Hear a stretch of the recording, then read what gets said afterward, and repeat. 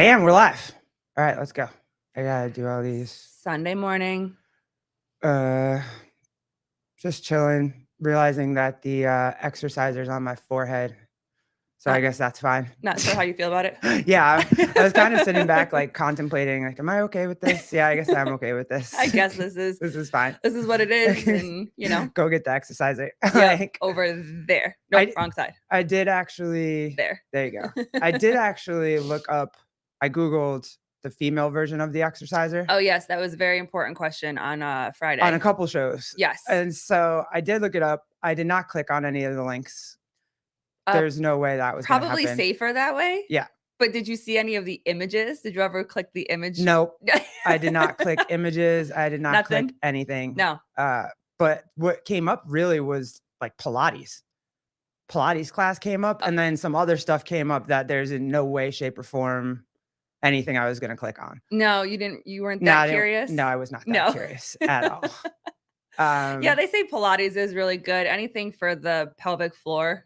I just don't get it because it's meant to make men bigger. Why would we want any of that? Yeah. Like that's not what. Yep. You know what I mean? Yeah. So I guess steroids does that. That Hiller told us that. So that's what steroids does. Steroids makes us bigger. But yeah, we don't want that. That's not a good thing. No, I feel like the only thing that women can do is surgery, right? Yeah. And it's like to really. But why would you? I think if they wanted to I saw a story, I forget what show it was or whatever. It's probably one of those plastic surgery shows that I've watched before. It's called Botched, where a woman wanted to come in and for her boyfriend's birthday, she wanted to rejuvenate herself. And so she wanted to make it tighter for him as a birthday present. That I can understand. But you want to go through that pain all over again? Is more my question. But I mean, hey, if you want to give that to your partner as a present, I mean, I don't know when or why, like sexy photos or lingerie or just sex is a very good present. Hey, our friend just did a boudoir photo with her man. That is a really big thing. Now, I don't know if you've realized that. Thanks, Dick Butter. Hey guys, what's up? Let's say hi. Hey Rambler. Hey Kenneth. The real Matthew. Dude, it was good to see you yesterday on the show. Oh, it's cool. You're a national hero, bro. Yeah.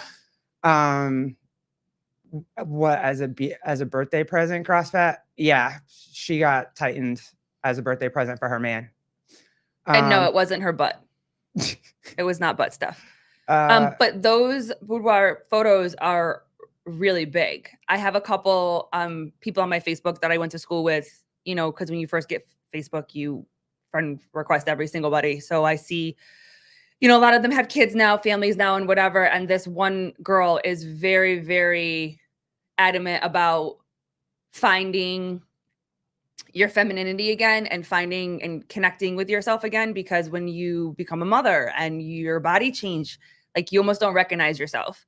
So are you talking about boudoir photos? Or yes. Are you talking about? Okay, yeah. No, I wasn't talking about butt stuff. Like, wait, what? CrossFit. I was not talking about butt stuff. I stuff. got confused when I read that too. No, about these pictures. Like it is actually a big thing. Well, they did theirs on the beach, and she was in some risque stuff, and I mean, they look like Ariel and Prince Eric out of it was just, I was like, I could never do that. I don't have. You don't want to do one with me, honey? No, I don't have the confidence to do that. And what are they going to put me in? Like, that's also my question. Like, that would be super weird. And I can't do that. Yeah. But good on them for going for it. I guess it brings you closer together as a couple or something, but no, I'm good. But hearing that she did it with her partner is one thing. I hear more stories about women just doing it on their own and then gifting it to their partner. So it's not them together, but it's them doing it for themselves and then choosing to gift it later. Yeah. Dude, the real Matthew, this is good. Unless it was mangled by a Mack truck, as men, we're good to go. If you're going to show us, we're happy. Speaking of men showing anything, on Kill Taylor yesterday. Oh, hold on. People are confused. We were talking about the oh my God, I can't think of the word now. The photos, the boudoir photos. Photos. Yeah. Yeah. A friend of ours did one. In public. Oh, sorry, though. guys. We jumped from vaginal rejuvenation right to the. My bad. My fault. I took that hard Happy right. Sunday. I took that hard right turn. And everybody go to church after I this. did not. I did not put my blinker on. I just took the right turn. Yeah. So yeah, my bad. We were talking about the boudoir photos that people are doing and how it's becoming a big thing. So. But they are also gifting vaginal rejuvenation too as birthday presents and whatnot. Yes. So sorry about that. Kill Taylor yesterday. Okay. Mm-hmm. So speaking of showing, so I have a question for everybody. Do y'all like it better when they have like two contestants come on the show and they riff more with each other back and forth while they're waiting for people to come on the show? Or do you like it more when it's just nonstop contestants and they don't have time and they just have to keep running through the contestants? Because I don't know. I liked it a lot yesterday when and Matthew, again, you're the best dude. I liked it yesterday when they were riffing a lot. Mm-hmm. I found myself just laughing and it being as close as you could possibly get to locker room talk. Yeah. You know what I mean? Mm-hmm. And then Tyler comes out with, I've seen Bryson's butthole 6 times. Out of nowhere. I just had to pull the car over. I'm like, I have to stop and laugh right now. Really, like, because there was just women don't say that. As a woman, I've never seen another woman's butthole, not even yours. But listen, when we have to clarify though, this isn't when he said, I have seen Bryson's butthole 6 times. We have to clarify that this just isn't seeing the ass cheeks. This is he said this is a spread, bent over view of the asshole. So if that's not what it was, then we need to clarify, because that's immediately where I was like, damn, whoa. Like that's close. They are a close. Because then I guess everybody has basically seen Taylor's because he sends them in group chats. Like, yeah, I think that is just. What do men do? Like, what do you? We're just here to make the show a little bit more gay, but like, what? Holy crap! Literally, I just could never imagine. But I love it. What do you guys think? You like it? Wait, what? Dick butter. Wait, what? You've never tossed her salad? Poor Colleen. Oh, and here we go. No, out the gate. Nope. No, not a fan. Don't feel like I'm missing anything. Like I'm cool. It's all good. It's all good. Did you watch the baby come out prime butthole viewing? No, I didn't see that. It was just his head was hanging out and then his body came out and then it was like rush. I didn't just sit there and stare. I mean, I guess I could have, but I didn't do it.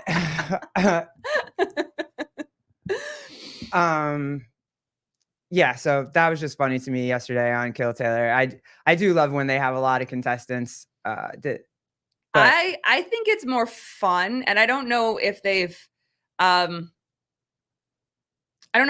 it where they have had 2 contestants doing the workout at the same time on the screen. Have they ever done that? Yeah, there were like 2. It was Joe. You met Joe at no, but I'm not in the same room. So like if you and I both called in, like having us both in this split screen to have them going at the same time, I feel like that would be really cool to see too, if there was enough interest. I know some workouts, there's a lot of interest. Other workouts, there's not much interest. But I feel like that it would be fun to see 2 of them go head to head. Have 2 of them go head to head, or possibly do it at the same time that Taylor's doing it. No, that's not fun. They need to know. They need to know. Yeah. You're saying they need to know. They need to know the time. But you were talking about it. We were just talking about it earlier. Because it is a lot of fun when like the boys just cut them off and they're like, okay, see you later. And they're halfway through the workout. Yep. I wonder if they know that they've been cut off. Yeah. Do you think they finish the workout and come back to their phone and they're like, oh shit, I got cut off? Like nobody's there? Yep. I wonder if they know. I don't know if they would or not. Madeline, we just had a baby. Husband saw everything. Oh, honey, maybe I didn't pay enough attention to you. Well, congratulations. Yeah. Congrats. That's awesome. I think also too, it would have been okay it's okay that you didn't, because I was almost ripped. Yeah. So after I had the baby, we had the nurse took the baby, wrapped the baby up, and then or after I did skin to skin, then they took the baby because they had to sew me up pretty bad. Yeah. So I think it's okay that you didn't see all that. I mean, I think it's the same way if you think about, oh shit, sorry, I lost my train. Well, I definitely did not. As soon as the placenta came out, because I didn't even realize what that was going to be. I didn't realize it was going to be as big as a Birkin bag when it came out. But so after that, I was pretty much like, our doctor was just like, hey, do you want it? And we're like, no, not at all. Thank you. But yeah, I mean, we were talking about that earlier in sports. The best thing about sports that you share is that it's the shit talking. It's the back and forth. It's the coolest part about Kill Taylor is that they just shit talk each other the whole time.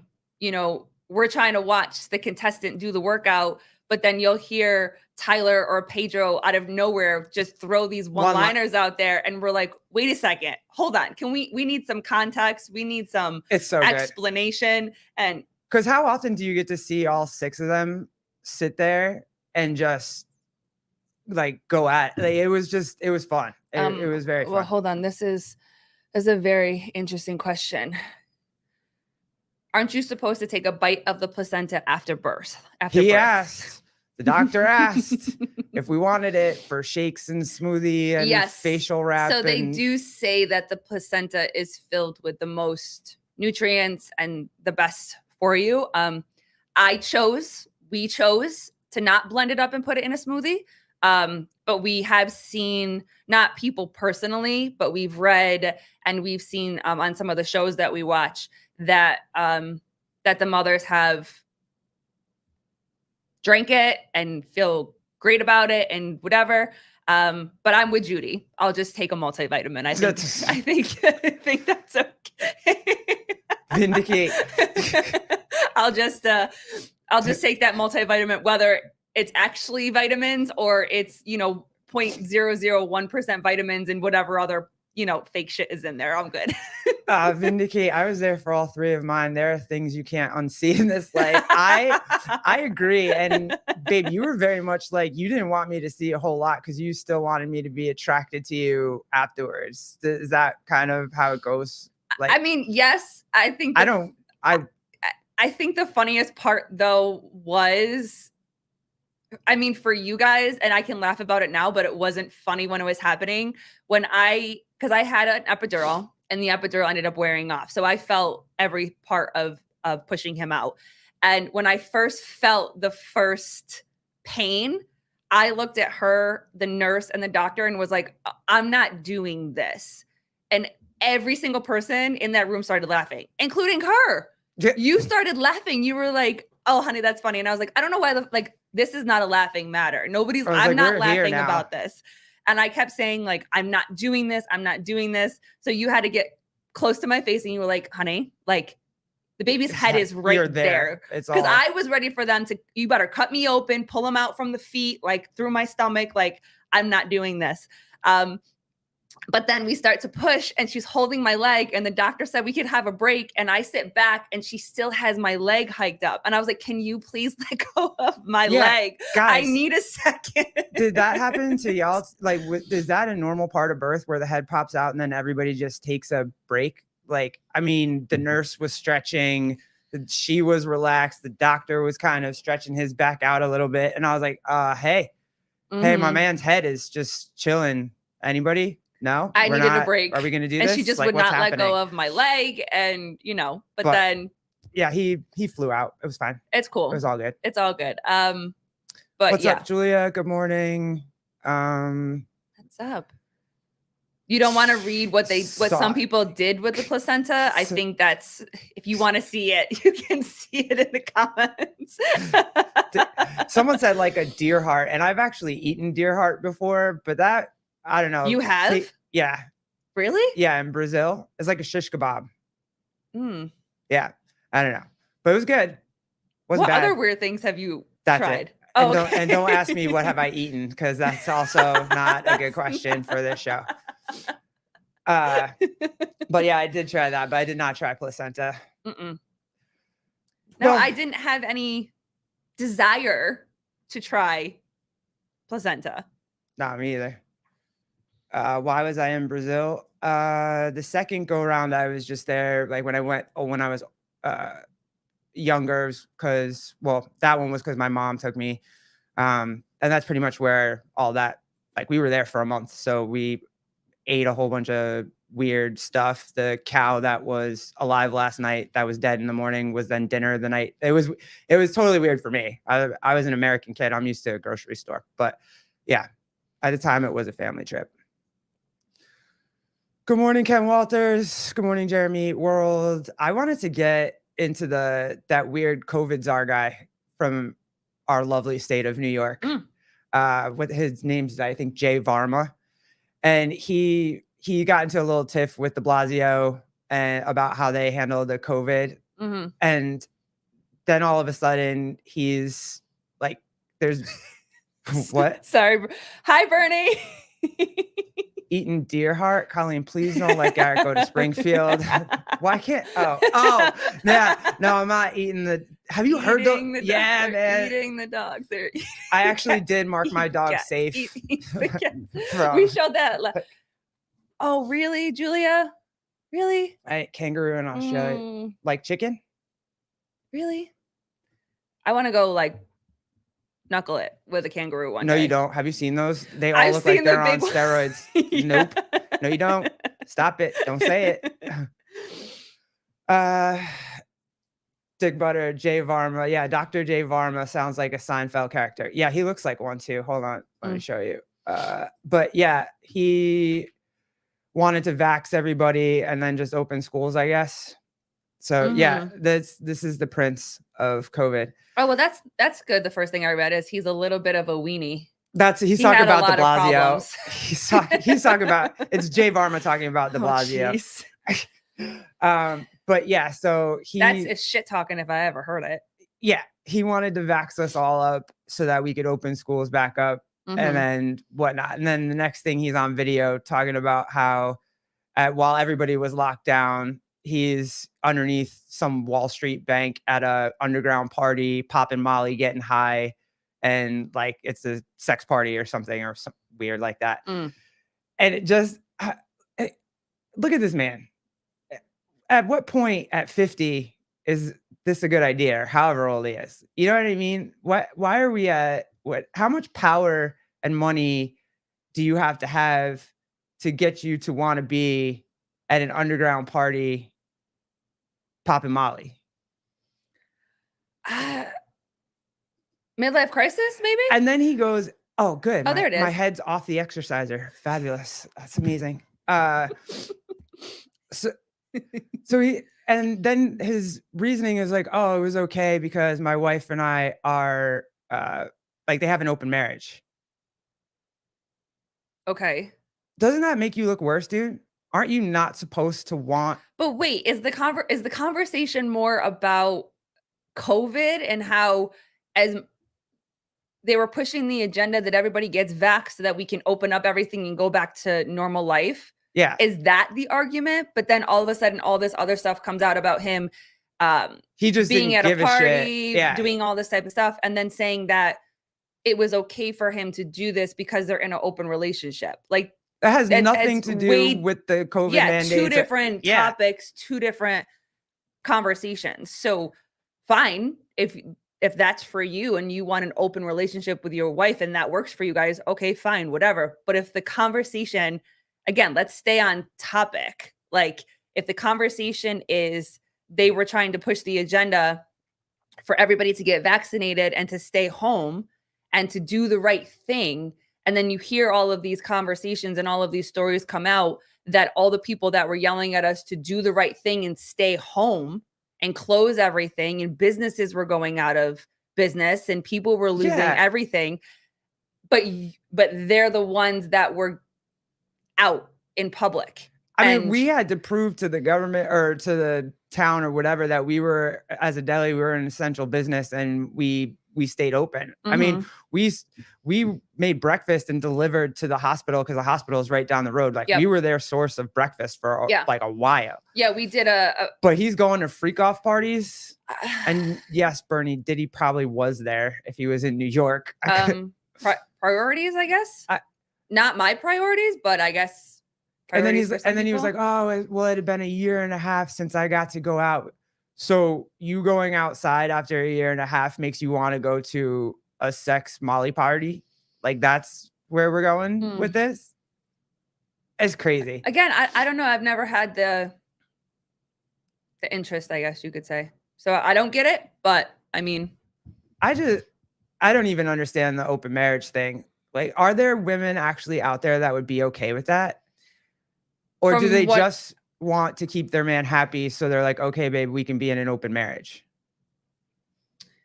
I think it depends on who you talk to. I have heard women speak on the fact that they feel like that if they are going to truly love their partner, then they cannot deprive them of their desires.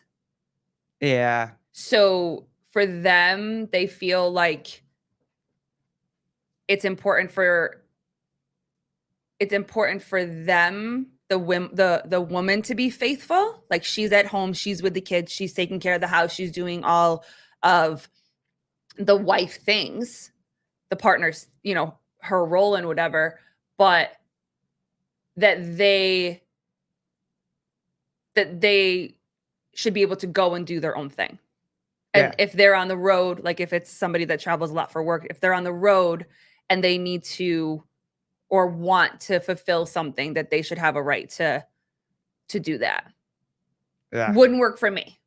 What? No, I couldn't. Wouldn't work for me. And also too, I don't want to share you. And I can't imagine most men want their women out there with other dudes. Like, I have to imagine that that's the case. Yeah. And like I said, from the things that I've seen, mostly it's the men can go and do and have other relations. It's not the women so much. I'm not saying that it's not possible that both parties are fine with that and everybody can go do what they want to do. But then you have the conversation of, the open relationships where it's the poly, what do you call it? Polyamorous. Yeah. Like, where people are okay with that. You know what I mean? Where I've seen both. Sharing is caring. No. Not in this marriage. No. Not in this marriage. Where I've seen both. I've seen men have many wives, and I've also seen women have many husbands. So I think it just depends on what you feel is important and what works for you. Yeah, no, I'm with Madeline Adams. They should keep a lid on it. He should have kept his ass at home with everybody else, or just went to Costco like the rest of us went to Costco, get some baby oil, hang out at the house. Well, then my question is, stay home, dude. You told us to. My question is, what was the point of actually getting married then? Because isn't marriage a vow to each other and only each other? Probably a tax write-off or something. I don't know. I'm sure there's something economically important to being married. Mm-hmm. Or it's like the wife is the most important, but I'm going to have. Yeah. Because I hear that story too, where. Girl, you got the ring, get over it. Yeah. And where the argument is that I'm the wife, or from the man's perspective, like, you're the wife, you're the most important, but just so you know, I'm still gonna sleep around if I want to. And some women are okay with that, and some women want that, but for us, like, it wouldn't work. The dick butter, the polyamory thing is definitely a chick thing. Women with cuck soy boy husbands mostly. Oh, I did not know that. Okay, cool. I mean, I can see it, or I have, like, you'll see the reels and shit, but ask Julia Cook, ask my boyfriend about cucks, LOL. Oh, jeez. Oh, boy. I will on Wednesday. Someone said, or I think it was Madeline said something about giving the 6 months old shots. Yeah, that's crazy.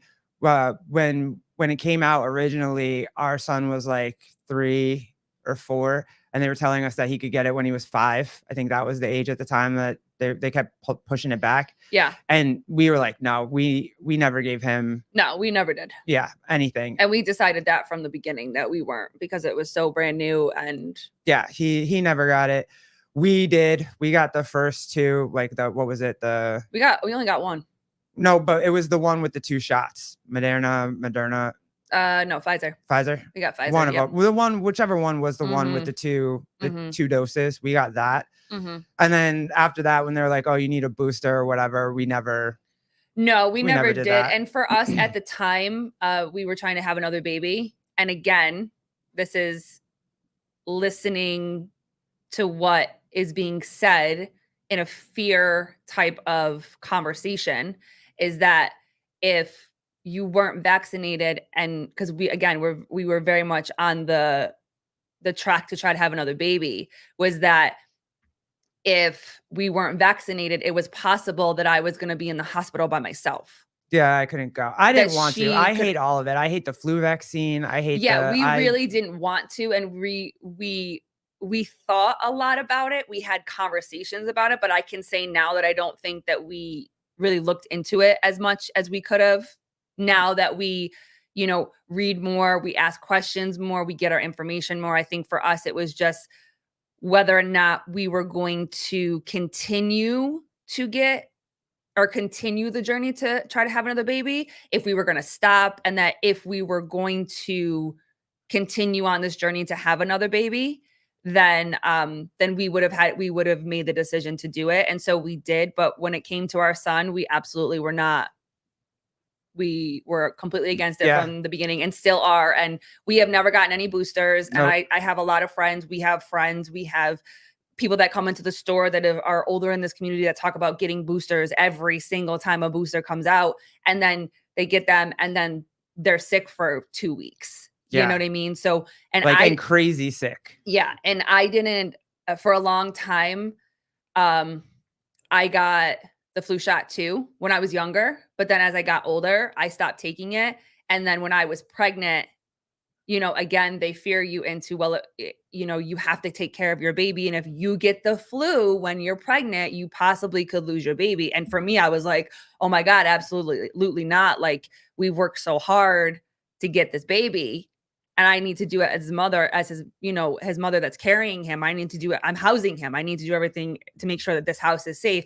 And I had just gotten done being sick from just morning sickness and everything like that. And so I got the flu shot and then ended up having the flu for 2 weeks. Yeah. So it's like you do the best you can. The only thing now we can say is that we do, we ask a lot more questions. We do a lot of our own research, and we don't do the flu shot. Our kid doesn't do the flu shot.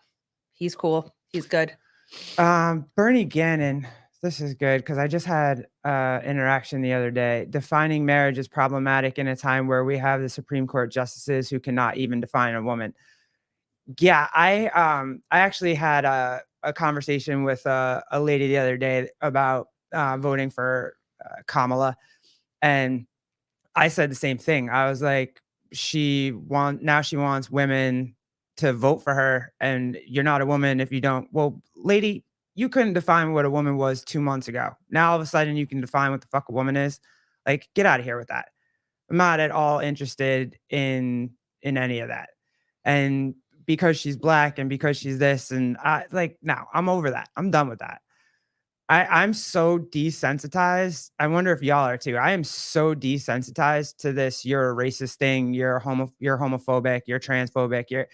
It had power and weight like 2 years ago, maybe, where if you called me that, I'd be like, oh my God, I feel so terrible. What I say, I'm sorry I said it. Apologize. Now I'm like, you're just out here looking for a reason to call me racist or call me homophobic, or I'm desensitized by it. Like, I don't even care anymore. Knock yourself out. If you want to find it, you're going to find it. Well, that's when you know that the conversation has been lost. Or at least I feel like the conversation has been lost when the name calling starts to come out. When you start to put the phobias or the racist or the this or the that, the name calling, like, the conversation has been lost because we are unable to ask questions. We are unable to not have the answers. We are unable to look like we genuinely don't know or don't understand. And in order for me to understand, Yeah. Like, you're supposed to be able to ask questions. You know what I mean? We go to school and we go to college and all of these things that we both are like, we need to ask questions in order. Not everybody consumes information the same way. It takes many people multiple times talking about it, asking questions, getting to the deeper layers of the information to even be able to understand a fraction of what is actually being taught. And when you have everything that's so magnified on each side,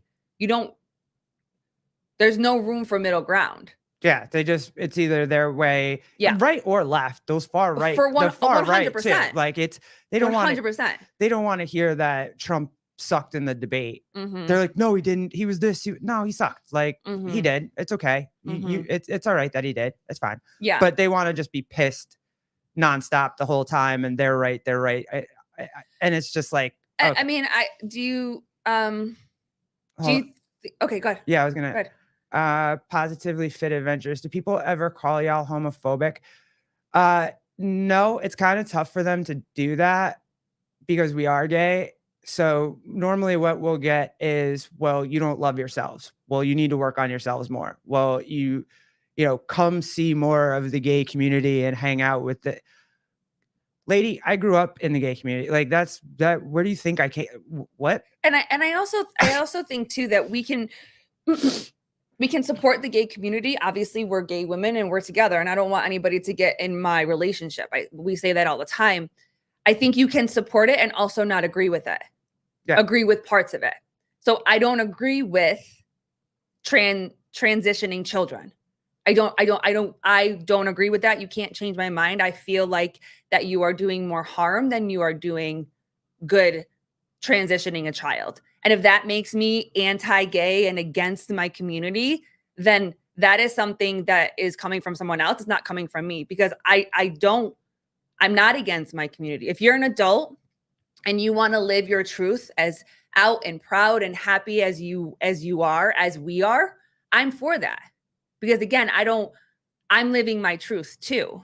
And I think that we deserve to live our truth. But it's again just them saying you can't ask questions. It's just like if you're part of this party, you just have to go along with everything that party says, or you're not part of it. Yes. And so we've said this multiple times, that this loving, like endearing alphabet community, if you don't do everything they want, they're not so loving. They're not so welcoming. They're not so, it is very interesting to see our community that preaches nothing but love and acceptance and we have your back and we're always here for you. It's comical. But the minute that you do start to ask questions and you do start to say, I don't agree with this part, I think, and these are my reasons why, then all of a sudden you are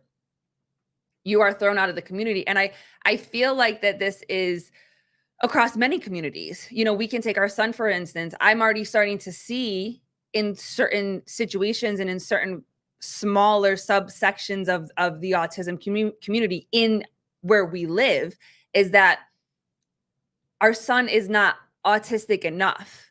Our son is thriving in different ways than his other peers that are on the spectrum. So what we're starting to see is we stopped getting invitations. We stopped being a part of the community because our son is not autistic enough. He is verbal. He's not nonverbal. And I think that we hear this where it's, well, you'll never understand. I get that. That's our whole family, though. That's everything. I'm not Black enough. We're not gay enough. I don't present trans enough, or I don't present female enough. Like, well, for you get that question all the time, but you've gotten that pushback or whatever, where people have said something and you're like, I'm a woman, and they're like, it's okay to be who you are, and you're like, I am though. And no, he told me, he was like, you can identify however you want. Oh, that's what it was. Yeah. And I was like, I'm not identify. I am one. Like, there's the word identify is not there. I am one. Whatever. You know what I mean? Because now what's happening is that I think people are scared now So they feel like that they have to project what society tells them. So if you're telling them that you're a woman and to them they don't see that, they have to be like, oh, but you can present however you want. So they're pushing their identity on you when you're like, no, I'm a woman. This is the body that I was given. But see, this is what makes this so difficult with this freaking movement. And I know that we've talked about this before too, but it's like now with all these dudes with like beards and, you know, body hair and their penis still attached who are walking around saying I'm a woman and I can walk into a women's bathroom.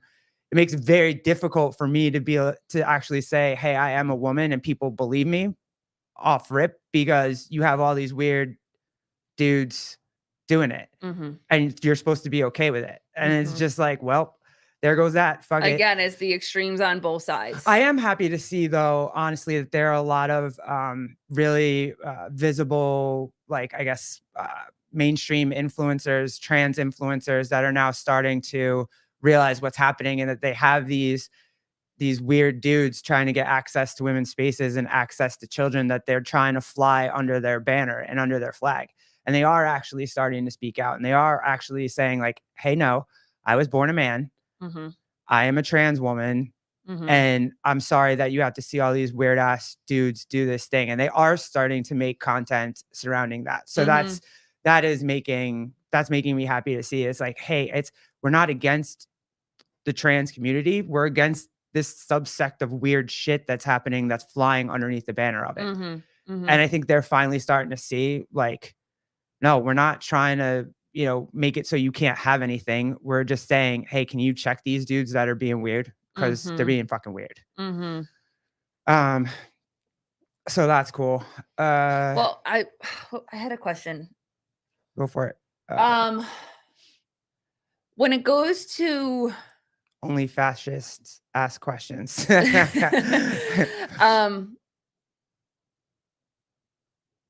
When it comes to information, you know how we were talking about, like, we read more, we look at stuff more.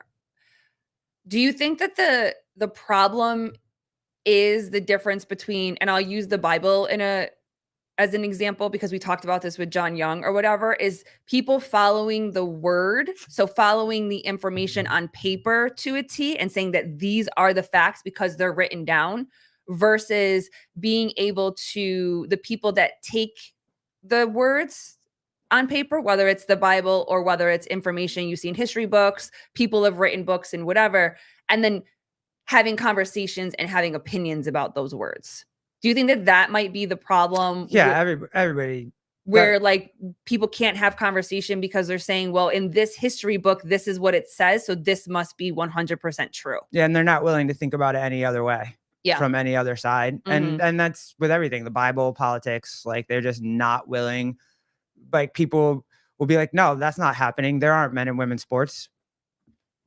What do you mean? Like you can go see it with your own eyes. What are you talking about? It's not happening. Yeah. It's absolutely happening. Yeah, it's, I don't know. It's crazy. Oh, Kenneth. Yeah. Here. No, I wanted to get to this. Is it just me, or is the vast majority of it men wanting to be women? I think the problem is it's the vast majority of the men that want to be women are doing it to get into women's spaces. Not the vast majority, but that subsect is trying to get into women's spaces. I don't think men or women who want to be men are trying to get into men's spaces. They're not like, hey, I'm transitioning to be a man so I can go play men's football and beat their ass, right? Because that's never going to happen. They're not trying to get into a men's bathroom. They're not trying to get into children's spaces or whatnot. It's just this weird subsect of dudes that are like, oh, I'm going to use trying to be a woman to get into spaces I don't belong in. And so I think that's where that is.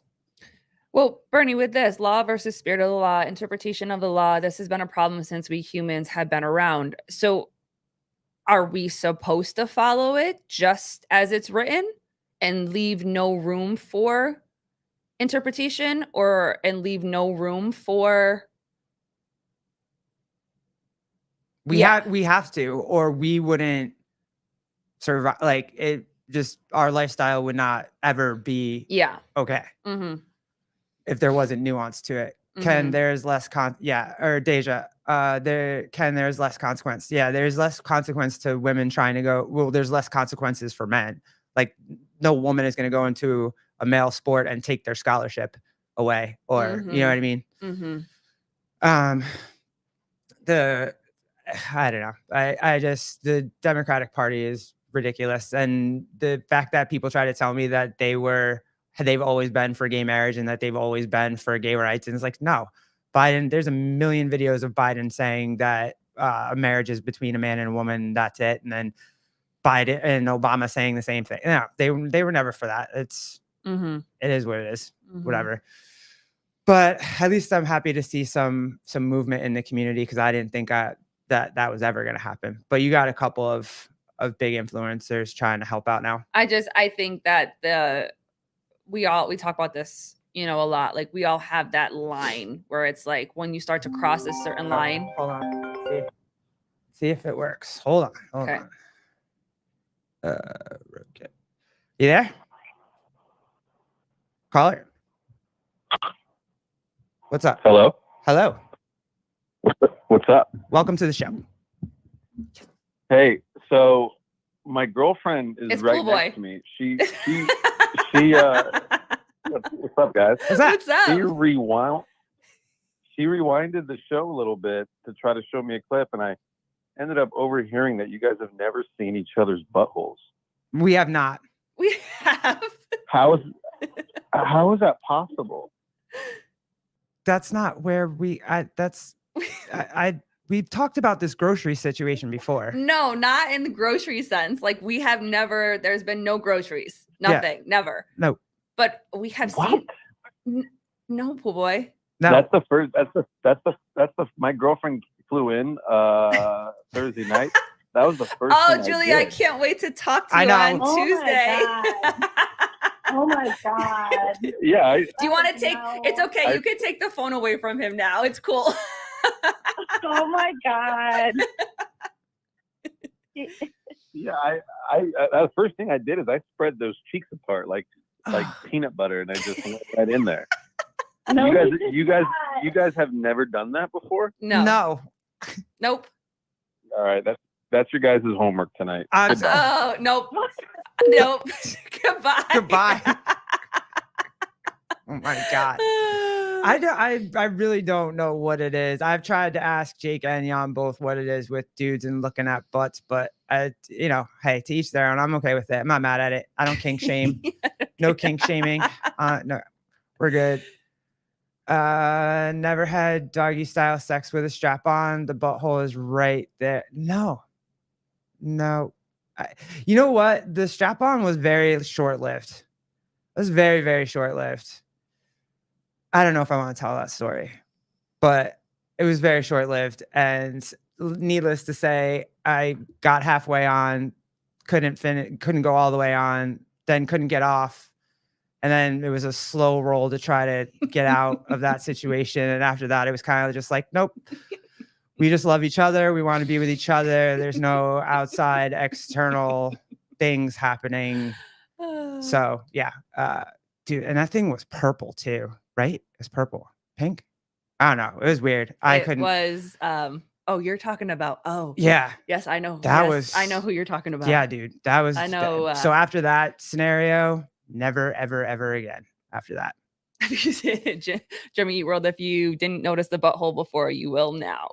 I guess, yeah, I'll probably, I can probably, oh God. And it's going to happen by accident. And I'm going to be like, oh, sorry, babe. Didn't mean to do that. Kenneth. Wait. I have a question about lesbians and ovulation. Is it the same for lesbians as straight women? The sex drive just shoots up during ovulation too, even if a penis is not involved? Yeah, I mean, our ovaries and all that stuff works the same. It all works the same. Yep. Yeah, biology is biology, baby. That's Yep. What else? We had poor Travis was trying to eat breakfast and Pool Boy called. Oh, sorry, Travis. Sorry. My bad. Yeah, we had a little win. If you want to talk about our little win, I think we told Kenneth, but our kid actually tried pizza on Friday at school without us even there. Yep. He was just a trooper, and they're bribing him. So they do a reward system with fake money. So it's like if you do something, if you're nice to your friends, if you help out or whatever, you get like $2, $3 and whatever. And then at the end of the week, you can choose to spend your money on a prize, or you can keep it and then you can have like lunch with your favorite teacher, that kind of stuff. So they were like, hey, because we asked them to we're working on it with his speech therapist about trying new food. Why are you sweating? What am I missing? Nothing. Oh, I just I'm missing something. No. Yeah. Go. Yeah. Just leave it. Just let it go. So he's working on trying new foods in speech therapy. So I just asked his teachers, to in the cafeteria, if he just walks up to the counter, maybe try something, whatever. And so they sent a picture that he tried pizza on his own and wanted to do it on his own. He took a couple bites and he said, he's so funny. Every time he tries something, he makes the funniest faces and he's like, I like it. And I'm like, but do you? Because you don't have to like it if you don't like it. But they sent us a picture and he's trying new things, which is exciting for us to get him to try new things. And he's definitely getting more confident, which I'm very happy about. Yeah. And Jethro, what's up, dude? Hey, Hi, how was Jet. the rally? I saw pictures. It looked amazing. Hi, Jet. We have to come out and see you. Is little G classified and has an ABA program in school? I mean, he has an IEP. Not ABA, but he has an IEP. And he actually, I think we talked about this on one of our shows. He actually has had some services taken away from him because he's doing so well. So he only has an OT check-in every month where the teacher and the therapist will talk and see if anything, is like red flags, anything they need to work on or anything like that. So, and then when it comes to speech, he has group speech and he has one-on-one speech only once a week, whereas before he was having it multiple times a week. And then they do like a little group social time where they get kids from different classes where it's not just his same friends that he has in school, and they do an activity together where they draw something, color something, go out on the playground, help out with something, build something, and they do that together so that he can learn social skills and making friends and that kind of stuff. So he's doing great. Yeah, and that was the other thing too, right? We talked a lot about over the summer. We talked at length about homeschooling him, right? Because we actually have a schedule that it could work, that we could do it. And then when we went and we talked to him, he has friends that are on the spectrum, higher on the spectrum than him. And he basically looked at us and he was like, what are they going to do if I'm not there to help them? Mm-hmm. And so we were just like, well, I mean, this kid, we just have to keep a close eye on everybody and everything and kind of let him navigate it. And then if it gets too weird for us and we feel like it's weird, then we'll take it. Mm-hmm. We'll take him out. Yeah. He, oh my God. Jesus. Pool boy, guys, talk louder. I'm pooping and don't want my girlfriend to make fun of me in here. Oh, I mean, he's doing really good, and we've had a lot of conversations with his teachers, with his counselors, with Southampton Jet.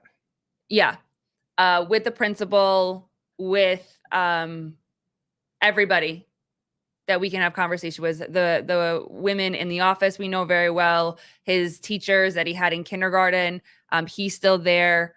And we just have a lot of conversations with them about what is going on. And if anything changes, they're going to be the first to let us know. Ian, what's up, dude? Can you explain what type of school program he's in? Our son is likely going to be born with Down syndrome. Would love to hear a summary and your thoughts. Actually, Colleen worked a lot with, that's how we met, is because you worked with special needs. You had a dance program. Mm-hmm. And so, yeah, our son was born. He was basically he started nonverbal, and that's kind of how we caught what was happening. Mm-hmm. And then it was kind of, we got him diagnosed. We got all his paperwork in so he could get all the support that he needed from the school. And he was in special ed, kindergarten, most of kindergarten, right? All of kindergarten. All of kindergarten? Yep. And then in first grade, they started to put, what is it called? Push-ins? So in kindergarten, he was, excuse me.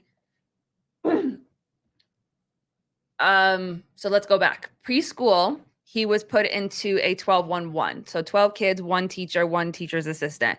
And he was in that class for pretty much the entire year until the end of the year. They felt like that it was starting to be difficult for him because it wasn't so structured. So they told us that they needed to move him into a more structured setting where things literally need to be like, we're here for 3 minutes, we're here for 5 minutes, and it be very, very structured to help him navigate his feelings and all that type of stuff. He was on a sensory diet, so he would wear things. He'd have like a wiggly seat to help him try to regulate his body to be able to sit and pay attention to what is being done. We ended up finding out that not all of that was followed in the second year. We had a lot of teacher changes, so our son was not really able to get on the structure that they promised that he was going to get on. So when he went to kindergarten, he was put into the special education classroom. So it was a very, very small classroom. Also too, our special education out here is very, very good. Like they are very, very good. Those teachers. His teacher that he had. They care a lot. Yes. They want them to succeed. They want to help them like be as independent as they possibly can be. So we're very, very lucky with that. Yeah. So he went to kindergarten and had a phenomenal team.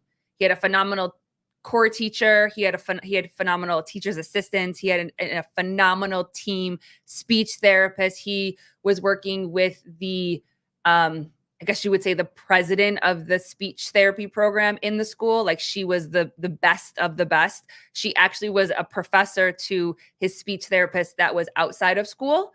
So she was top notch and really worked a lot with him. The one thing that we appreciate the most is that they started to put boundaries on our son as well as challenge him. So we trusted his teacher very, very much to challenge him enough, but also be there to support him when everything was going on. But the beauty of it is that our son turned around like that. Yeah. He wasn't having behaviors. He wasn't on a sensory diet. I would say probably 2 weeks into kindergarten, he had no sensory diet. He didn't have to take breaks. He didn't have to be separated from friends. He was talking more, paying attention. His schoolwork was thriving, all of these type of stuff. And we attest that to his teacher. And we attest that to the support, like you were saying, babe, the support that he has, the accountability that he has, the communication that we had. So within 6 months, we were, because we would have meetings, we would have regular meetings. But I think, and the other thing too, just maybe tell them, I think maybe one of the programs that you might want to look into to help, your kid and you too as parents is that, I don't know if it's in every state, but OPWDD. It's a long process. It's a headache. It is. But if you can get it, it'll be very. Yeah. So, and that's so we've had a lot of support and we've had. Sorry, I didn't mean to interrupt you. My bad. No, it's okay. No, we've had a lot of support. And if you ever want to, Ian, reach out to us and have more conversations or whatever, I don't know why our names are not up here, but I am calling Glinton on Instagram. Oh, and you can find her at Glinton Things Podcast. Nope. It's gone. So if you ever want to reach out and find us, like to have more conversations, we're here to support. The one thing I can say that from a parent's perspective, sometimes it feels very lonely until you find a really good community.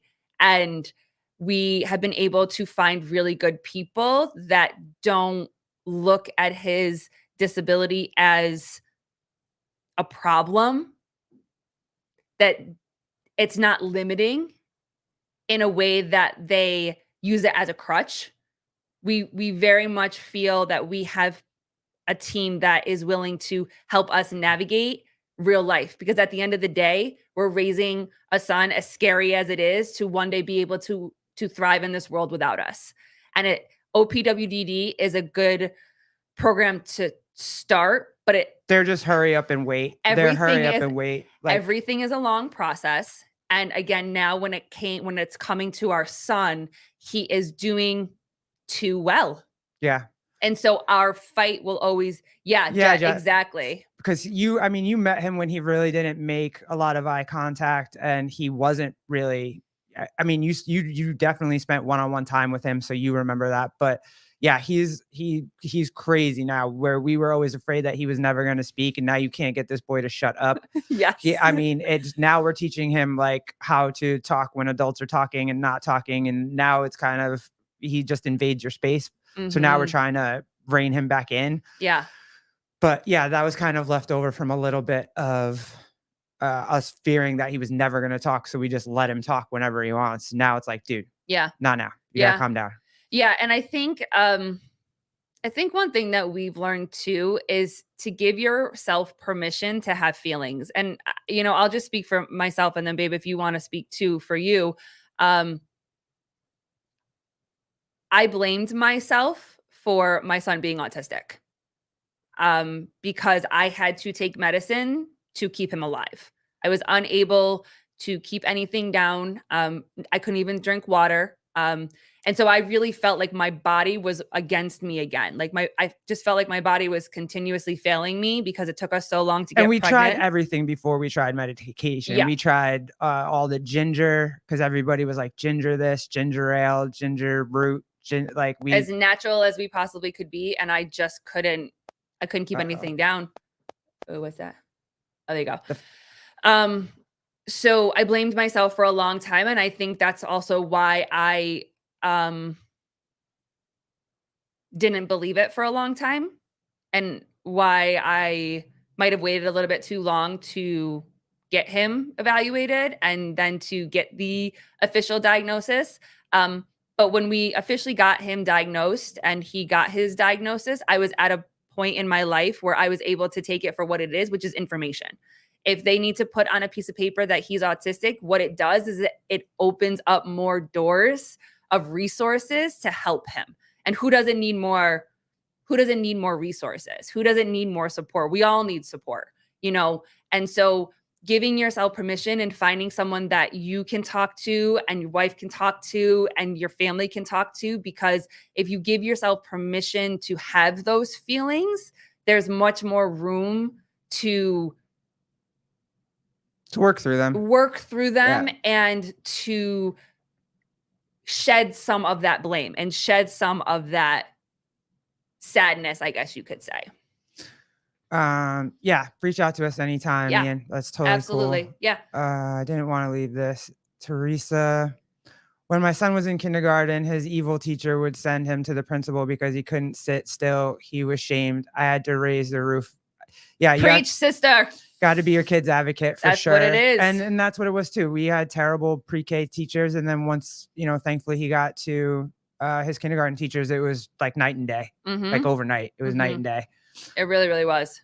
Travis, can't wait to meet you too. Yeah, he's a little dude full of energy. Nonstop. He's gonna talk so much. He's gonna get ready, climb everything, and he'll probably have a football with him tucked under his arm somewhere. So yeah, it should be super cool. Kenneth, no, I don't blame myself anymore. As any parent, we like to try to take away challenges from our kids as much as we possibly can.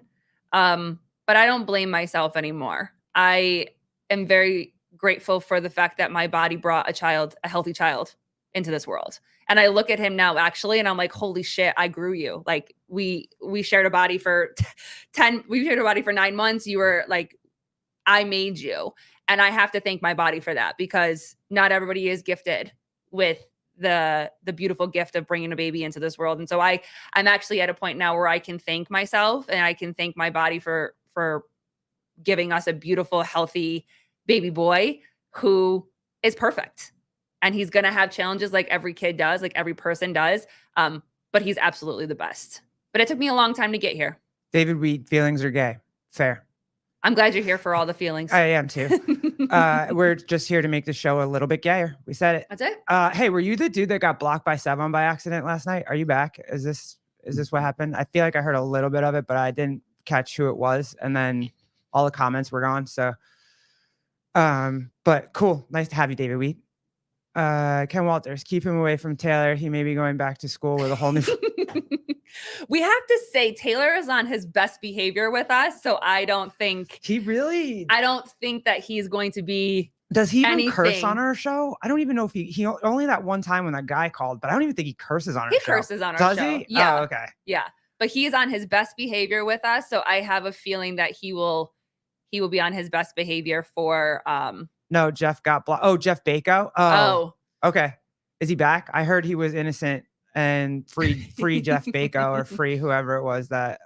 There's another t-shirt idea. Yeah, free Jeff Bako 2024. I love it. Hashtag. I've heard about this, but I haven't looked too much into it. They're saying that a lot of things, there's a connection between the gut and the body. I've done my own personal gut treatment to try to heal my body a little bit more, but I haven't looked into it for him.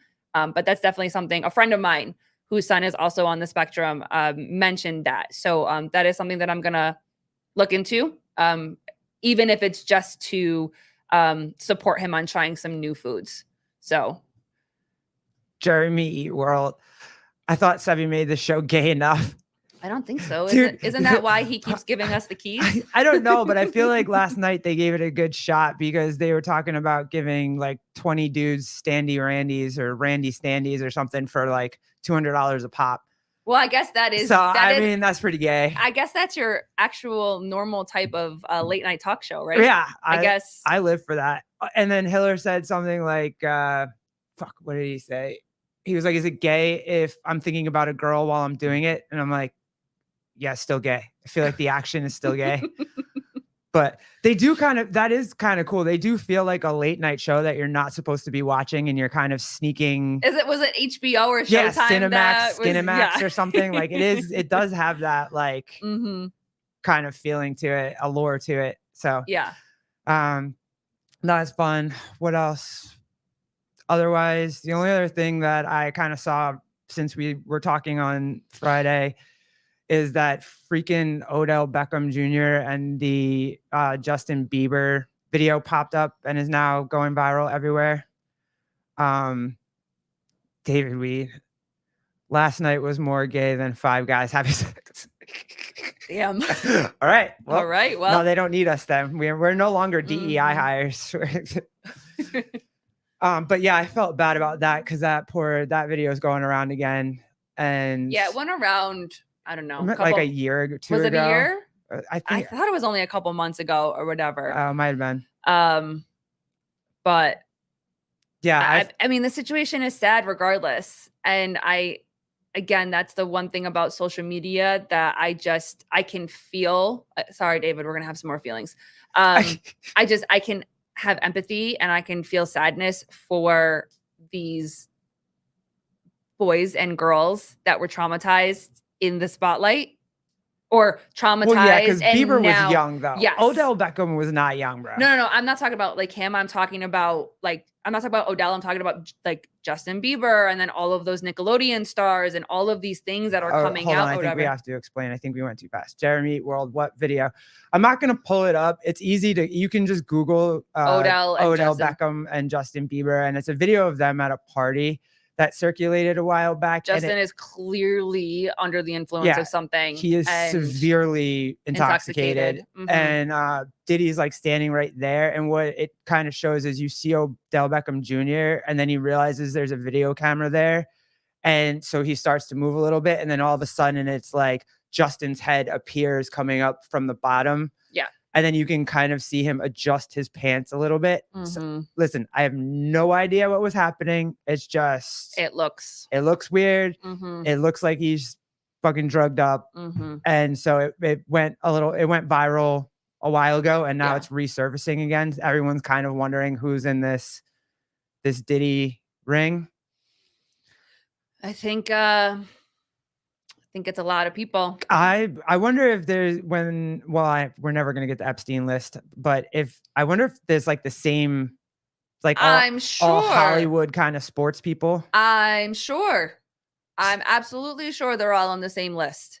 You think? And that's why they haven't been released yet. I think Diddy's in there singing like a canary right now. You think so? Oh yeah. Yeah. I don't think he has the stones to just sit in jail and. All I'm saying is that I feel for these young stars that have gotten into the industry very, very young and have created a life for themselves publicly, where we all think that they've worked hard, they've done all the work, they have all these masterpieces and they're part of shows and movies, and then all of a sudden you hear so many times that it comes from a dark place and what they actually had to go through to get where they are. I have a girl that I know that is trying to, and I've heard this a couple times, like trying to get into the industry, and it's not easy.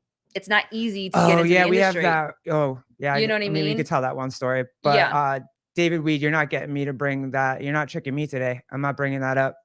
But yeah, I feel like a lot of people are going down with him too.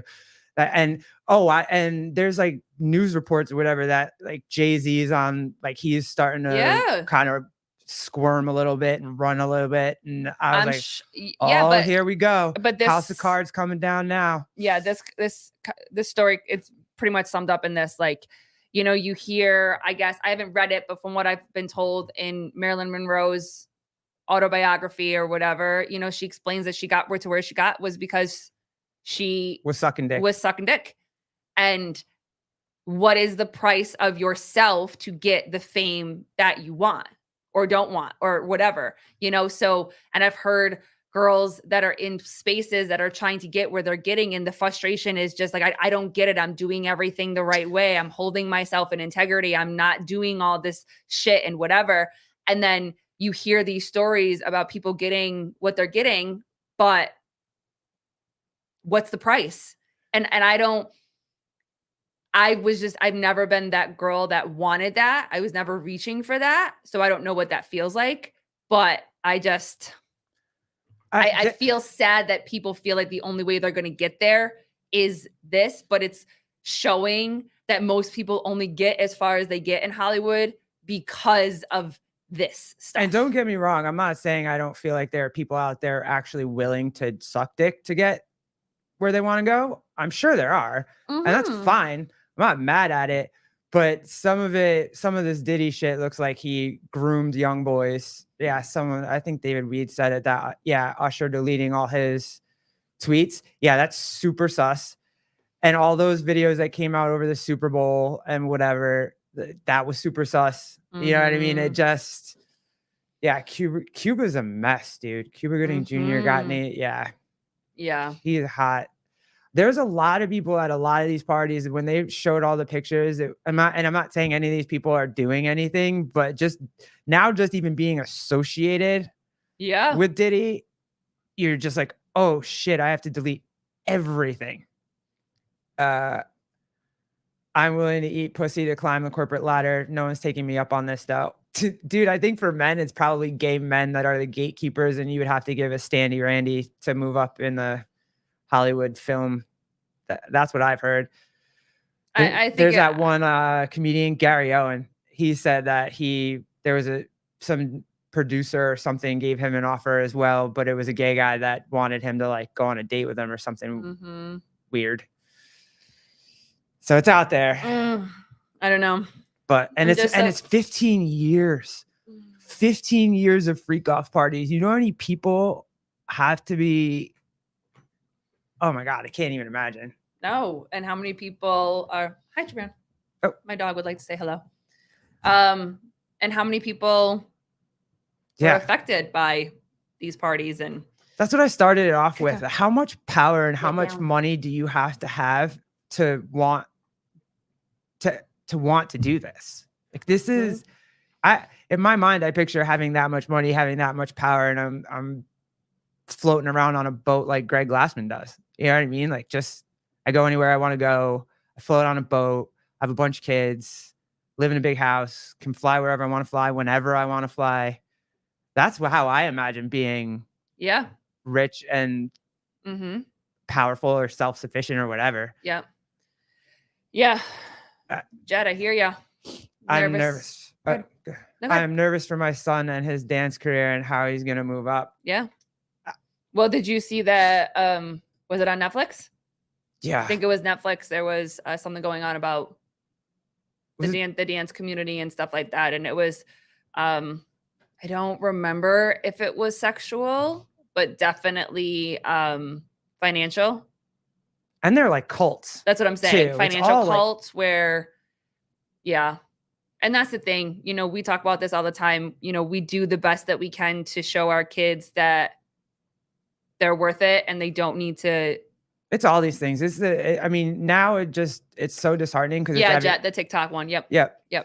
It's the gymnastics community. Like you can't send your kids freaking anywhere to do anything. Nope. Because they get a. No, and it goes back to the teacher conversation that we had on Friday. Like the duty of care and the position that these adults are in, we truly believe that they're going to protect our kids.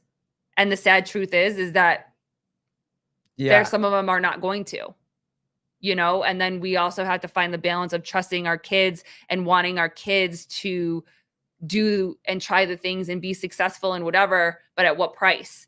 You know, that's why we always say, I'd rather my kid be fucking pissed off at me because I told him no. And he can't, like, you can't do everything that you used to do. You talk about that all the time. You used to be able to go to basketball camps and there was no worry. Kids used to be able to fly by themselves. I did. And there was no worry. I definitely did. You can't. I don't even let my kid walk around our park, like our street by himself. There's no fucking way. Nope. Like, there's no fucking way. Nothing. He's not on a bus. He does not go on the bus. You know what I mean? Like all of these things that used to just be a thing where we look back as kids. I'm like, yeah, I used to do that. I used to do this and I used to do this and whatever. And as a parent, I'm like, there's no fucking way. So if our kid grows up and is like, my moms were too much, I'd rather that than our kid wake up and be like, I wish my moms would have given me a little bit more. Are we saying that we're going to try to protect him from everything? Of course we are. Are we going to be able to? No. But at least he'll have some tools. But at least he'll have the best tools and understandings that like the world is fucked up, you know? Might be if the parties were that fucked up. Imagine the shit he did when they were not parties. Well, I mean, we saw it when there wasn't a party. He was beating the shit out of his girlfriend in a hotel with a towel around him. So, I mean, I think he was just as horrible, if not more. This is why I'm not a parent, not on my. This is why I'm a parent. Yeah. Yep. Ken Walters, help an old guy understand what's the difference between orgies and freak offs. Orgies. I think they're the same. They're the same thing. I'm pretty sure. I mean, unless freak offs just a new get crazier. Yeah, maybe like freak offs are what the kids are saying these days. That's why. Or maybe. Yeah, freak offs might be the new terminology. Not the new terminology, but like the fantasies might be a little bit different. They might bring more toys, I guess you could say. Dude, he had a lot of toys. So, but they showed the picture of the East Hampton mansion that he has out there, like the overhead shot. Oh, there's definitely room for 780 people to have 780 dildos. Like, oh yeah, holy crap! These houses that are out here, it is so big. Yep. Mm-hmm. So yeah, that's pretty much it, guys. Yeah. Otherwise, we're excited. Can't wait to go to Crash. Oh, I definitely want to talk to Pedro. This is my courting of Pedro because I want to know what it was like doing the broadcasting.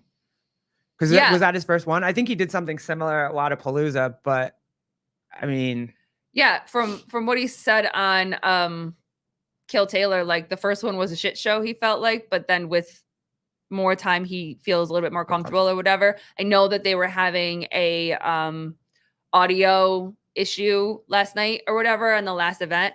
I actually like this team, and you and I were talking about this before or whatever, but I think it's cool for the sport to see them trash talking each other, but then being on the same team and throwing down. And that's where the competitiveness is. Hey, watching around. Dallin and Justin Medeiros run out there and run train on, because they were behind when they ran out there, but watch them like run train on BKG and Fikowski. That was watching those two young dudes. That was fire. It was so much fun. And then the adaptives. I mean, I watched a little bit of it the first or second day or whatever. It's incredible. Yeah. It is absolutely incredible to see these men and women go out there and just, there's no excuses, and they are throwing weights around. There was one guy, I forget his name, who looked like almost a complete amputee all the way up to the shoulder. He didn't even have that front shoulder part. Yes. Yeah, that was so crazy. I forget who it was, but most of them have a little bit of the arm to be able to get, if they're cleaning a barbell, they've got that front rack on both shoulders. Yeah, he did. This guy, no, he didn't. Yeah, this guy, again, literally looked like it was a complete amputee. So he literally had to get this weight, and it was a heavy weight. I don't remember how much it was, but he cleaned it and literally had to get it up with one arm. And the elbow started to dip, and I was like, oh my God, is he going to stand it up? And he stood up. And it was the coolest thing and the most impressive thing, amazing thing I have ever seen. And so to see them just throwing down, it's really, really, really cool. Yeah, I had fun with a lot of it. I mean, I didn't get to see a lot of it, but it was fun. Ken Walters, the Pat Vellner and Guy trash talk was giving me secondhand embarrassment. Oh, it wasn't good. No, they don't know how to trash talk. No, and I think it's because there's the expectation, or the bar has been set pretty high when it comes to Dallin and Hopper, because they talk so much shit to each other. I just think the bar was raised too high. And does Pat train? He doesn't train with a group of dudes though. He's not just in a gym talking shit to a group of his buddies. That, of course, Dallin and Hopper and Taylor and all that, they're a group of dudes that just hang out together and talk shit via text or in the gym or whatever. So poor daddy Pat. he lost his mojo, his shit talk mojo. Yeah, it was fun. I'm excited. Can't wait to go to Crash. Can't wait to meet everybody. Again, guys, let's get that. I want to get that Sevon podcast like t-shirt signed by all you guys. Ken DeLapp, all y'all, Travis. Yeah. That'd be really cool to have in the house. Yep. I think my kid would love it too. So. I told you I'm going to put it right here. I'm just going to use my kid to get autographs all weekend long. Yeah. No, it's going to be really cool. It's going to be really cool to go and to see everybody, meet everybody in person, and, see what, I just can't wait to see JR's gym. I know. Like, I heard it's huge and it's really cool. Canadians don't know how to talk shit. That's fair. That's probably true. Yeah, I wish there was more of it though. I mean, I did see the post Hiller put up with Daniel Brandon talking shit. That was fire. Aren't sports supposed to have that? Is it, if there's not a storyline in it, we don't want, like, you watch a football game and then after the football game, you want to hear, which quarterback was talking shit to who. Are there quarterback fights in the locker room? Is there a wide receiver being a diva fighting with his coach? Like, you want to hear that shit. Good point. Has chick talking smack not allowed in PFA. Maybe that's why Pat's not good at it. But yeah, anyway, guys, I gotta give the keys to this Lamborghini back to the big guy. So, but it was fun. Thank you for helping us out all weekend and hanging out with us. Yeah, thanks for hanging out with us. If you want to hear more about groceries, Julia is coming on Tuesday. Tuesday? I think it's Tuesday. Yeah. So it'll be another come for the hogs, stay for the vagina talk, I guess. But yeah, so we'll see her on Tuesday, I think it is. And just appreciate you guys hanging out with us. We really do appreciate it. It was always really fun awesome. when we get to go on a little joyride. Yeah. Take Daddy's car out. Lamborghini. And I guess we'll give the keys back until next time. So thanks so much for just hanging with us and being here. I'll be in the chat for the late night if Hiller and them go on again, because that's just funny. Hiller and Sev, late night, Hiller and Sev. Can that be a show? That was awesome. I mean, it's hilarious. And then when you when I woke up and was like, wait, they were on like 3 hours ago. Stay sexy, ladies. Oh, thanks. Thank you, David. Thank you. I was like, what? I was like, what is happening? What is happening? But yeah, in all seriousness, Ian, just definitely make sure you find us if you or your wife ever want to talk, and you know, we're always accessible here, and just to chat and be some support. So we know what it feels like to have a great Sunday. Yeah, guys. Peace and love. Deuces.